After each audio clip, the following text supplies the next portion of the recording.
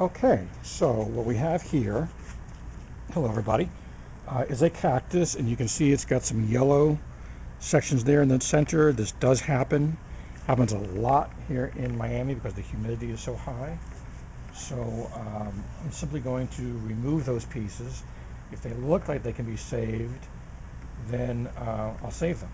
But if not, we'll just throw them out and hope for the best. I need to get some chopsticks to do this, so I'll be right back. Let me see if I can stop this for a second.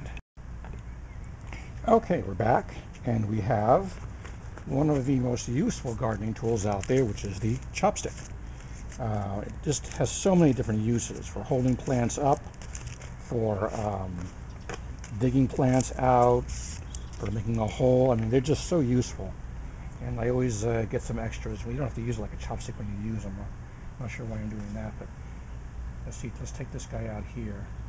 Of course, keep in mind that your advice on chopsticks is coming from somebody who uses a machete. I just find a machete to be very useful as a tool for all different sized plants. Yeah, it is not coming out easily. That's not unusual. Not unusual at all. I'll take that piece out. You want to see what that looks like? Just poked myself. Yeah, that's what I get for taking off my glove. That's what it looks like. Not too bad. I've seen a lot worse. There are certain cactus that we've had here that begged for death, but we keep them alive. We do a lot of surgery on these things. I always joke that I have some sort of Munchausen by proxy syndrome because I like to work with these diseased plants. I mean, it's just so interesting to see how they survive and the diseases they get and all that. So let's see. You know, there's it looks a little funky. This whole thing does not look so great. I'm gonna take it out and take a better look at it. See, take a look at that. You know, again, I've seen a lot worse. Most of these can be saved. I'm gonna let them dry out a bit and scar over. But this often happens when you start to examine. Well, apparently the camera had died on me and I didn't know that, so you missed really the most brilliant monologue I've come up with so far, which that's a very low bar, so you didn't really miss too much.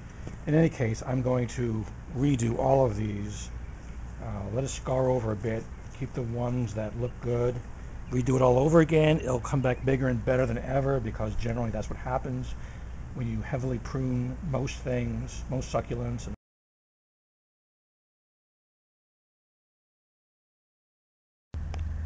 So this is where they ended up, all the little babies that were far, far away from any of the rot, and the more difficult ones ended up in sort of an ignominious place on the floor.